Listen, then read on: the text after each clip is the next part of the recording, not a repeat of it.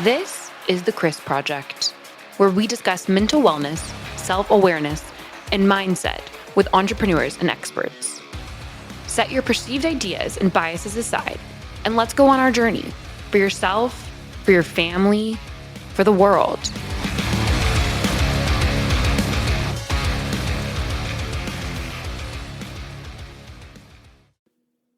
Welcome to another episode of the Chris Project. I am your host, Christian Brim. Joining me today, Dr. Christiana, professor, University of California, San Luis Obispo, probably pronounced that incorrectly. Dr. Christiana, welcome to the show. Thank you so much for having me here, Christian. I feel very pampered to be talking to somebody that has a very similar name to myself. Yes, it is a nice coincidence. So I detect a slight German accent. Is that accurate? It is completely accurate. And that's probably why I love your name so much, because my name, Christiana, is just Christian with an E at the end, but yet the German pronunciation, which is where I'm born, actually pronounced it Christiane. And so I hear a lot of variations how people pronounce my name, Christiane or Christian or anything like that. But audience, for you, it is Christiana. Thank you so much for asking. Well, absolutely. So, how did you make your way from the fatherland to Southern California? Well, and dear audience, this is something that I think is truly inspiring. Sometimes you feel, if I don't do it now, I'm probably never ever going to do this, right? So I came to about the end of my studies at the university in Germany, where I studied close to Frankfurt. Gießen is the name of the city. And I thought, if I don't go now abroad, I'm probably never going to do it. Applied for various study abroad programs. I went to evening school to really fine tune my languages, because my major, applied economics, wasn't really, lending itself to studying abroad. And I took Spanish classes in the evening. I've always been passionate about French. But then, of course, English was my first language. We started learning that in fifth grade. And so I kind of looked at all three countries and ended up actually being accepted to the Fulbright exchange program to study in the United States. And I'm really glad that it ended up working out this way, because otherwise I've never been able to afford the studies and the fees in the United States. So Fulbright really was my way to go. And that's how I made my way into the United States. Well, living in Southern California, the Spanish probably comes in handy still. Completely. Yes. And I also have to point out, audience, that to this day, I keep up my Duolingo streak. I think I'm something like 1,495 days. Oh, you're shaming me.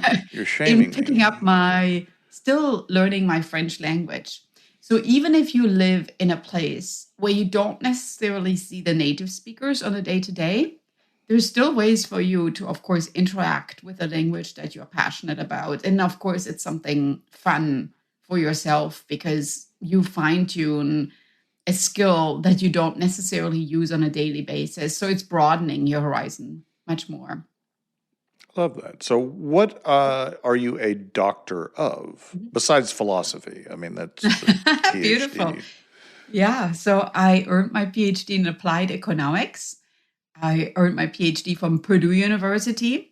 And now, of course, for you audiences might be like, of course, this makes sense. She studied in Indiana, where it's cold, because she's from Germany. She probably completely had a great time there.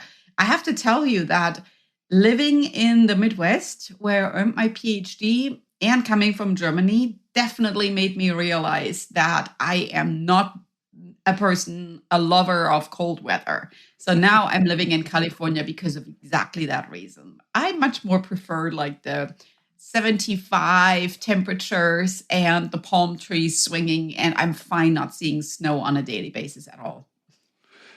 Yeah, yes. The general migration of humanity is south, but it is or north if you're in the southern hemisphere. But I find it fascinating how many people still choose to live in the cold, but whatever. Yeah. So how is it that applied economics applies to entrepreneurship and this conversation that we have around mindset, mental health, etc. Beautiful. Because on the Well, surface of it, I'm like, I don't see the connection, but I know you do. I love that question. So first of all, if you think about your day-to-day choices, it's Mm, very much driven by price and by your income level. mhm, We started chatting offline about living in Southern California and how expensive that is. And from the surface, of course, it's great to live in California. But being here, I can honestly tell you, it is really a financial decision on a day-to-day basis, just mm, because it is so expensive. So there comes mhm, your economics in handy already. Now, mhm, the reason why I chose California might answer your second part of the question about the mindset and the mental health and mhm, building your ability to be a good leader. For me to live here was really where I felt I was actually tuning into my value proposition and my unique value. I finally felt I became the person who I was supposed to be because of the mm, environment that I was in and the way that I connected with people that are living here and the values that they have.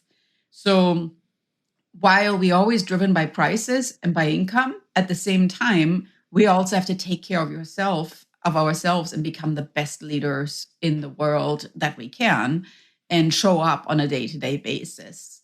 And that's really for me what was very true. And on top of that, before I even came to United States, I have a bachelor's degree in foods and nutrition. And I am everybody tells me that. So I'm just going to use the word that they use, a complete health nut to this mm. day. So I love talking about health, wellness, mindset, because my day to day decisions are very much driven by those particular values.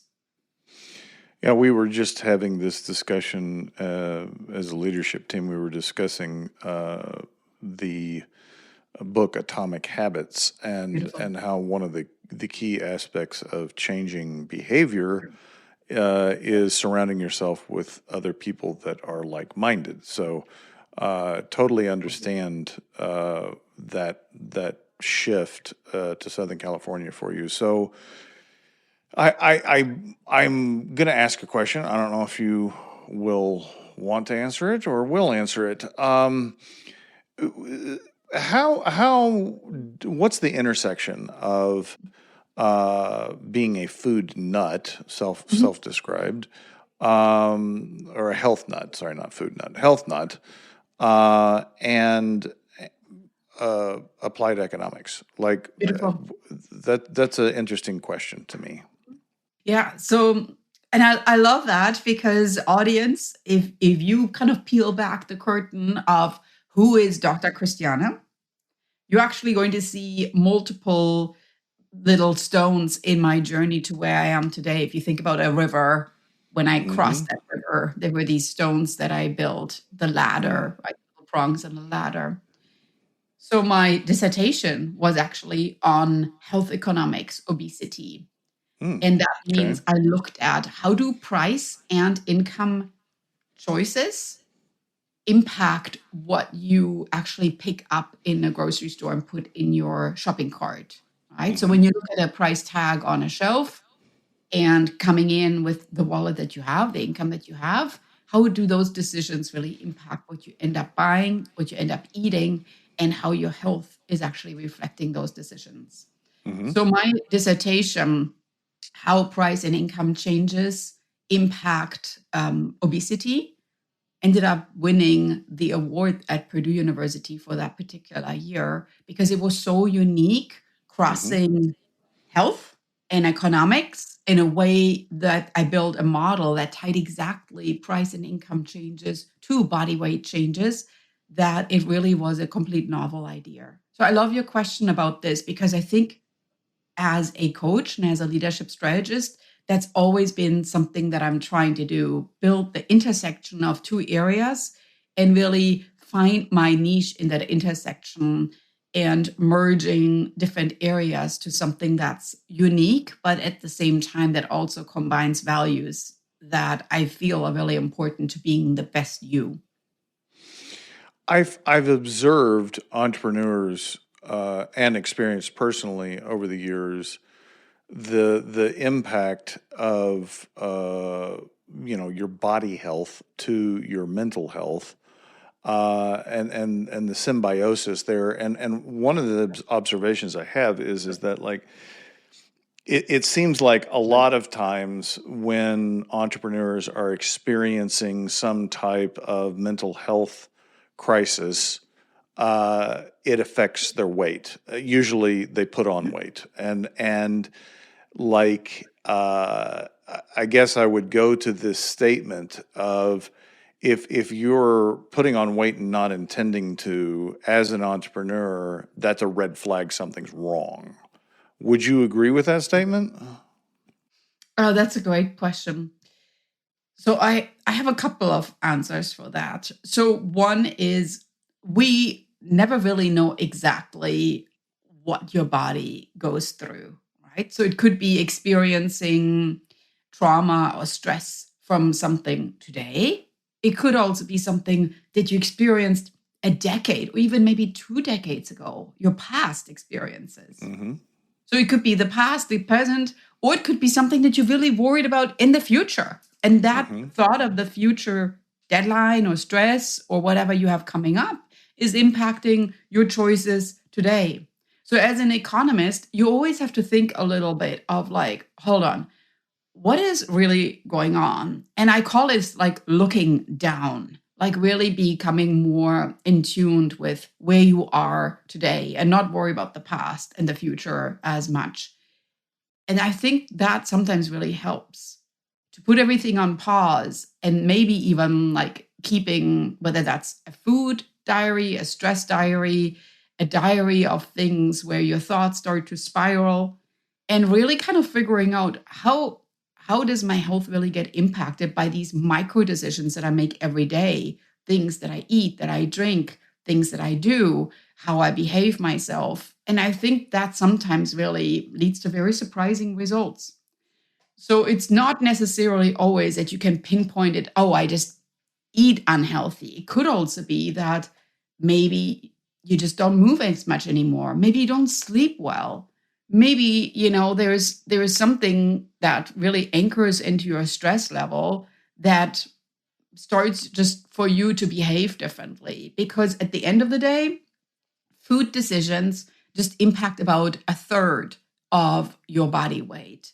And everything else, there is so much more underlying to it, is something that you have to become your own investigator, right? I kind of like become like the person that has to really sit down and fine tune with yourself what's really going on, which is why I say it's sometimes best looking down, fine tuning, and keeping a food and stress diary. And I just did that for 3 days. I had a really hard time, just on Friday, one of my friends passed away. And so I thought to myself, this is a really big, stressful moment. So I'm going to actually kind of pause, and I'm going to reflect what my body needs right now. And I think that helped me. So looking back now, that's been 4 days. I think that was the very best thing I could do to heal and get over this very difficult moment in my life. Well, I'm sorry for your friend's passing. I think, I guess what I was getting at is that, your body, it could be weight gain, it could be panic attacks, it could be lethargy, depression. It could be a number of things. But that mind body connection, I read somewhere, I don't remember the percentage, but like 70% of the total, of your nerves in your body are between your brain and your digestive system.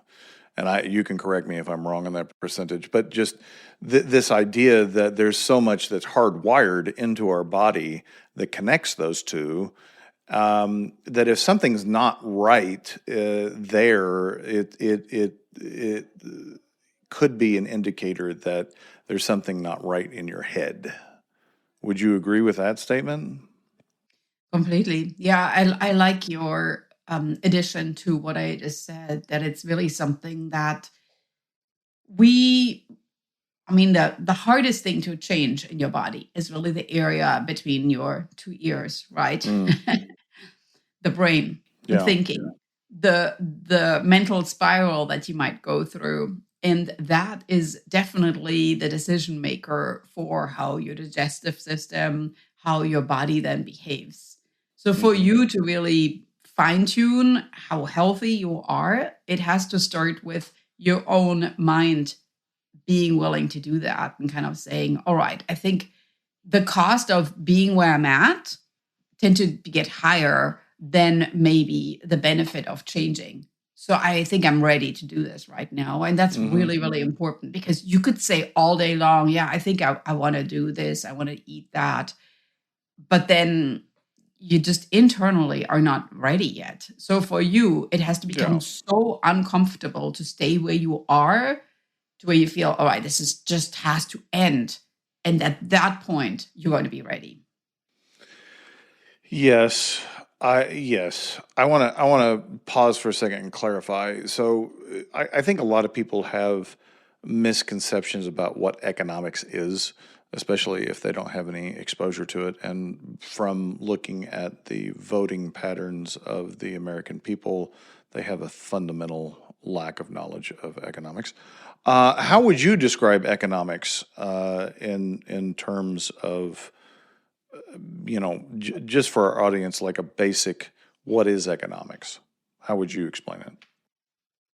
Yeah, economics really ties down to external signals that are mostly tied to, as I mentioned, prices, income.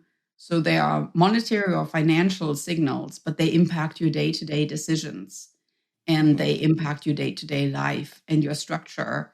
So it is, I always say, we have multiple variables, but they're always constrained, subject to your income level. So you can live a wonderful life, but at the same time, it is constrained by your budget, by your income level that you experience on a monthly or weekly basis.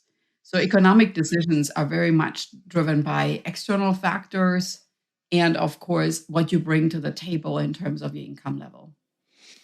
So would you accept the fact, would you accept the description of replacing decisions with human behavior? So like, I mean, to me, at the end of the day, economics is a method, of applying constraints to human behavior. Like I think one of the things that's fascinating to me is, I absolutely do not mean this as an insult, but economics to me is it's trying to apply science to something that doesn't necessarily have a scientific pattern, a predictable pattern. I mean, to me, I always found like when you're looking at macroeconomics and just basic concepts of supply and demand, yes, it follows a pattern, but when you get down to an individual, they don't necessarily follow that pattern.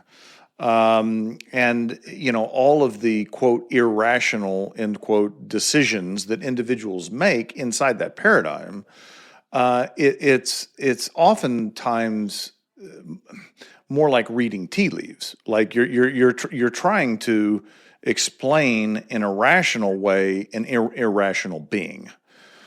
What do you say to that? Oh, Christian, I love this question, because I think you're exactly finding the crux of economics. So economics, think of this as like black and white, and we have these Right, structures. But at the same time, that's not how humans behave. They are like right. rainbows over here, like little butterflies. Like, oh, I'm just going to make this decision. So if you think, for instance, that I am the person that knows, because I've worked as a dietitian and I teach economics, and I've worked with people that want to improve their lifestyle and their leadership style. I always say, what it takes to lose weight and to live healthy. It's nothing new. And if you Right. don't, you can easily find it out on the internet. So what do you need me for? And Right. then it's most of the time because what is missing is exactly what you're pointing out. That despite all the information and all the knowledge, it comes down to I need somebody that changes my habits because my habits are really what drive my behavior and they are not rational at all. I know that if I want to be healthy in the summer, I should probably start right now because we're nearly in March and the summer's only 3 months away, right? But at the same time, I just don't feel like it today. And so to make the decision that you're going to change your behavior tomorrow, you will need a coach that helps you with that.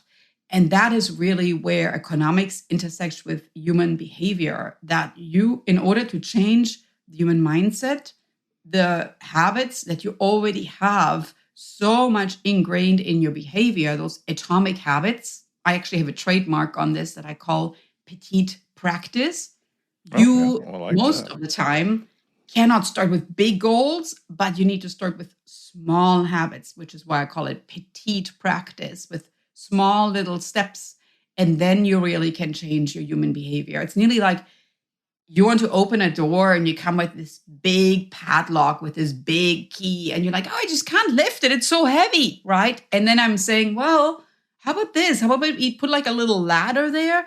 And each little step of that ladder allows you to get closer to that lock and put that very heavy key in there. And that's really what petite practice is. It's small steps that allow you to change big impact at the end of the day.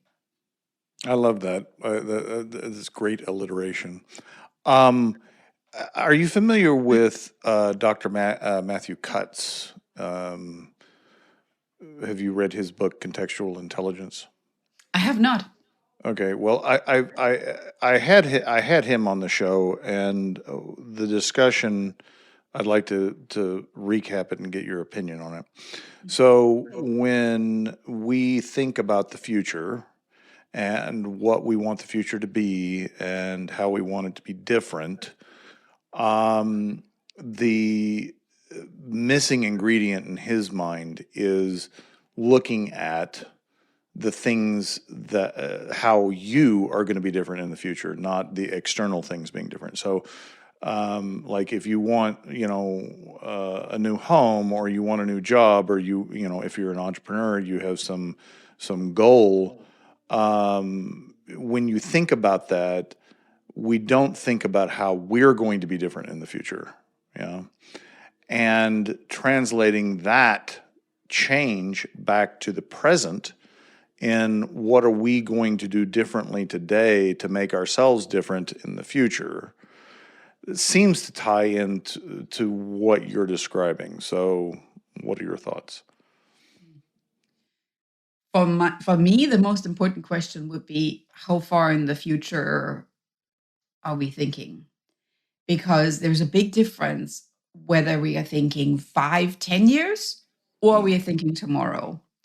My petite practice ties in with we're taking action today, we're taking action tomorrow. So I love thinking about the future. At the same time, I'm also a person that is a complete go-getter. And I know that the very best day to change your behavior is today. It's not tomorrow. It's not in next month or 3 weeks or something like that. It is today. And so for me, the future is really kind of an abstract concept that Right. is nearly like a moving target in economics, right? I'm like, oh, I want to be rich in the future. All right. So what are you going to do about it today? That is how I think. Yeah, and I like what you said there, because realistically, I mean, my experience is the human mind is not good at grasping the future past very. I don't know what the time period is, but you mentioned 5 or 10 years. I mean, like the reality is that so much will have changed between now and then that we don't even know. Like you could get sick, you could lose a spouse, like whatever. That the idea of planning for the future is a very nebulous thing. And that's kind of what Dr. Cutts was alluding to, is that like if you're just thinking about the future in general terms, you're dreaming, which is fine to dream, but if you don't bring it back into the present, it's completely, I say completely useless, but it's not effective in changing whatever potential future you have. Completely agree. So the way that I look at this, and again, my Petite practice is, let's say the future, it's 5 years. In 5 years, you want to reach a certain goal. And that's a big chunk. It's like, whoa, that's, 5 times 365 days. That's a lot. So the way that I do it is I take the 5 times 365 days, and instead of looking at this big rock of 5 years, I actually spread out all those rocks 5 times 365 in front of me. And I say, all right, each of those days, we're going to take action. And while I don't want to hear your decision right now of what you're doing on each of these individual days that spreads over the course of 5 years, I would like to know the very first rock that you pick up right now, that day one rock, what you're going to do on that one. And if you can, and if you did that one, I want to know day two rock. And we're going to keep this going. And so in essence, if you think about a balance, right, a scale with two sides, it's the exact same weight. 5 years, 5 times 365 days. It weighs exactly the same. But instead of, again, like big chunk where I don't know how to get started and I feel stuck and overwhelmed, I just have like these tiny rocks that are all accumulated. And that is really how I see that a lot of my clients, my students, and leaders that I work with have seen momentum, that even under days when they have a lot of pressure, they still see momentum because the course of action is small enough that they can do it today. Yes, I can concur with that. The other concept he talked about was hindsight. So that was foresight. Talking about hindsight and what's effective versus not effective is rumination, which is to me reflecting on the emotional side of it and the failure and the feelings around that, as opposed to an analytical analysis of the decision that you made, or the things that you could control, you couldn't control, to bring again back into the present to make your decisions better. So it sounds like you touch on that as well. What are your thoughts? Oh, a great question. And if you haven't watched my TEDx talk, I talk about this particular concept in my TEDx talk because I'm a firm believer in the rumination that you mentioned, in the hindsight idea. So if you think, I want to reach this goal in 5 years, the very best way to get there is that you actually first take a look back and you look at, okay, what worked, what didn't work, and what maybe is something that I should completely discard because that was just a complete crazy idea. And on every single level, you need to be completely okay with the fact that you focus more on what worked, because that's really what builds momentum, and you celebrate those small wins. And even though sometimes it seems funny to, like, at the end of the day, look back and think, all right, today, right, hindsight, what is it really that I accomplished? If you keep praising those small moments, that's really how you build momentum. So in a certain way, we talked earlier about the rocks and how we're crossing the river. It's nearly like you're getting into the river and you're like, whoa, this is like way more water than I ever anticipated. And I'm like right in the middle of it. And you look forward and you're like, and it's such a long way to go. I can't believe I even made this decision. It's like you're looking down, you're like, okay, well, but I'm on solid ground. I'm on standing on these rocks. And then you take a look back and you're like, and I did a really good job. These rocks back there are still there. So somebody could actually follow me and cross the river right after me because I'm building this beautiful path. And then you also maybe took a look back and you see, how did I place those rocks right there? Is a really nice job because I kind of anchored them there. So they're actually not getting floated away. And that's really what we do, that we think as leaders is like, let's take a look back and see what worked. what is it really that I can use in the future that builds on the momentum from the past? And then you become a much better leader because you become aware of your actions. Yeah, it may have been Dan Sullivan that wrote the book, The Gap and the Gain. Beautiful. Yeah, and I know from my experience, and a lot of my colleagues, there's not nearly enough focus on the gain, like where looking back at the rocks and what you have achieved, what you have accomplished, celebrating that.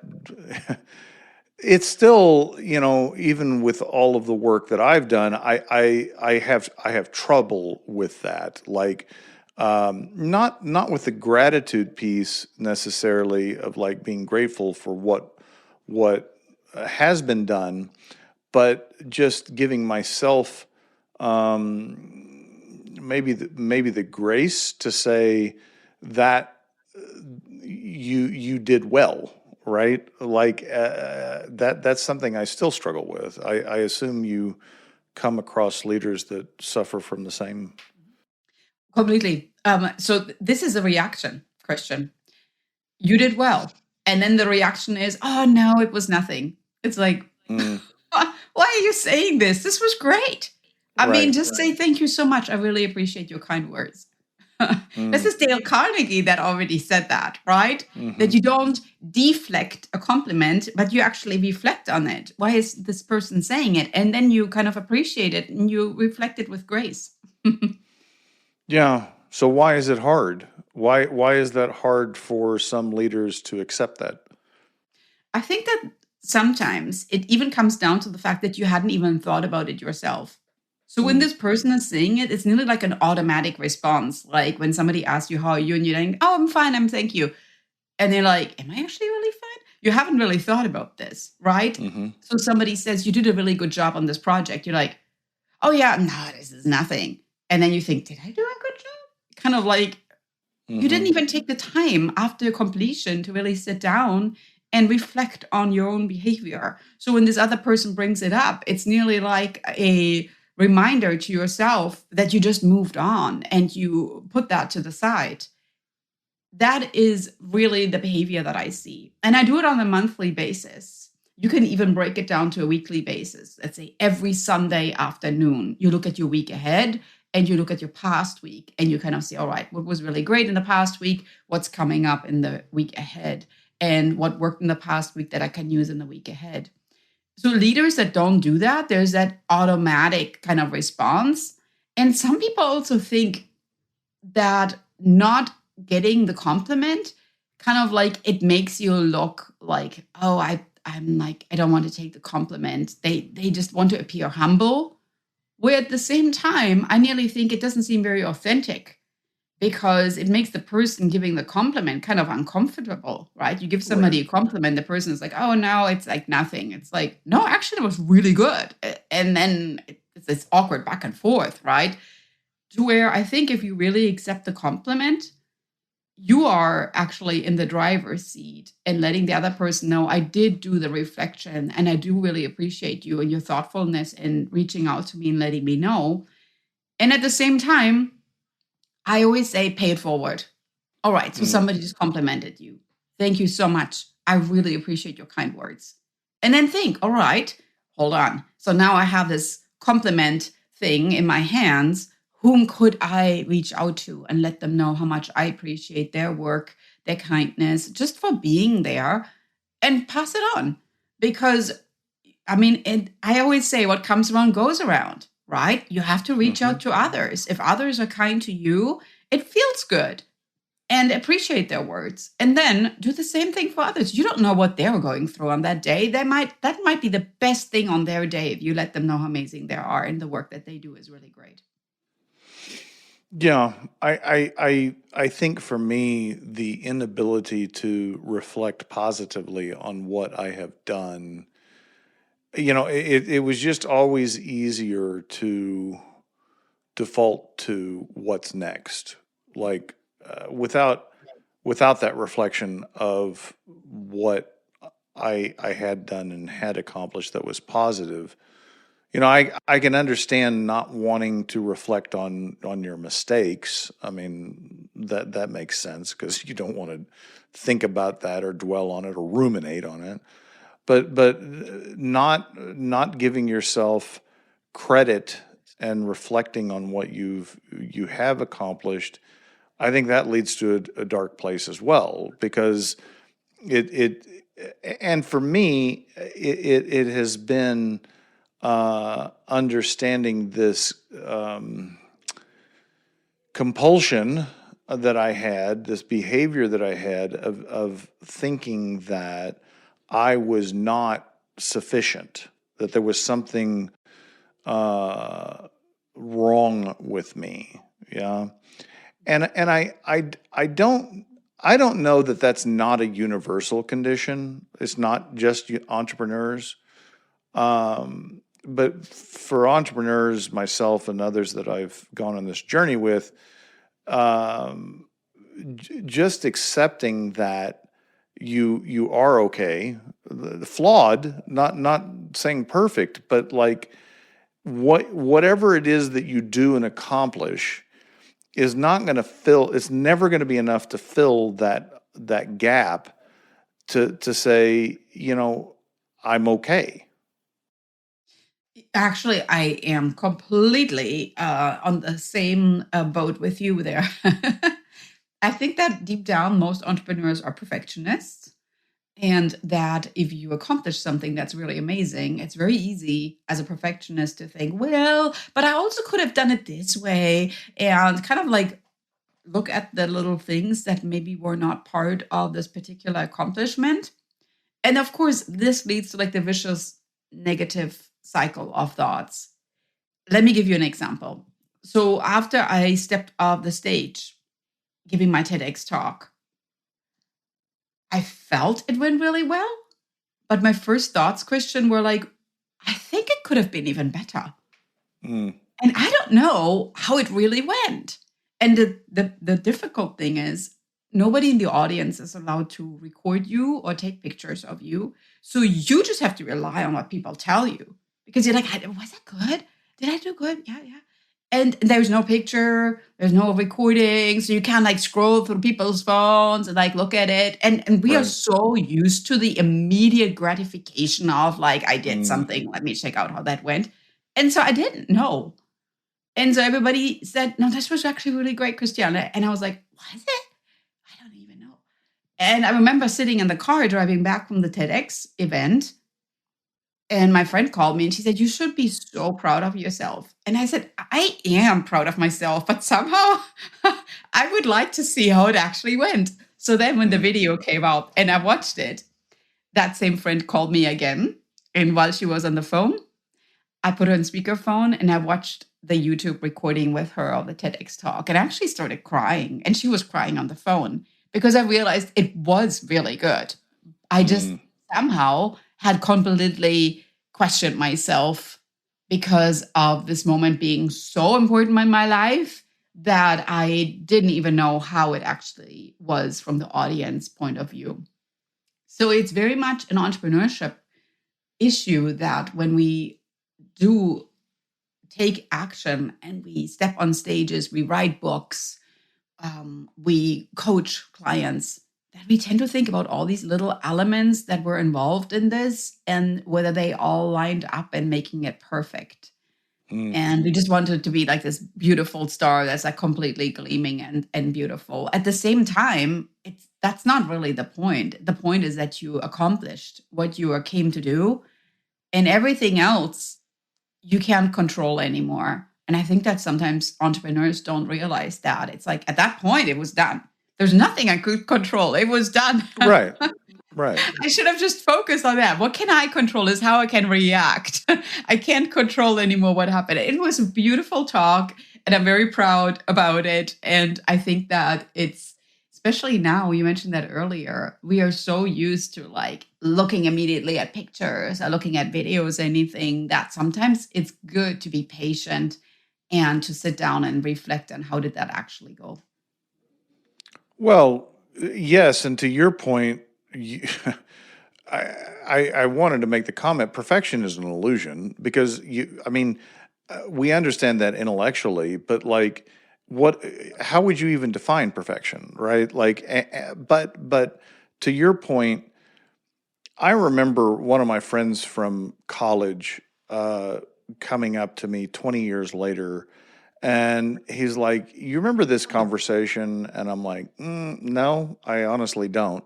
But he said, "You really had an impact on me." And I didn't know about it for 20 years. And it's possible, it's very probable that there are things that I have done that I will never know the impact of. Yes, because I think at the end of the day, me being 55, how I'm choosing to live my life now is leaning into it's the impact of what I say and do. I'm never really going to know. So focusing on what I can control, which is how do I show up for people, how do I treat people, how do I serve people, because at the end of the day, perfection is not the goal, even if it ever was a goal to begin with. Beautiful. Yeah, and it actually ties in with another one of my favorite books. We talk a lot about books here today, but yeah, I read about a book per week. So there it goes. I'm just going to put that out there. The book that I really care about is called The Good Life or A Good Life. And in this book, two researchers had assessed with the biggest longitudinal study in the whole world what makes a good life for somebody. Is it money? Is it career? Is it just reaching certain positions in your life? Is it location? And they assess that it's none of these. It's actually the people that you spend time with, the friendships, especially the quality of the friendships. So perfectionism is never really something you can accomplish. And I love this saying by Audrey Hepburn that's actually saying imperfect just means that I'm perfect. You have to always look at yourself, the friends that you have, the friendships that you form, nothing of that is like ever exposed to the scrutiny of, is that perfect? Because it's something that builds your life and makes you richer.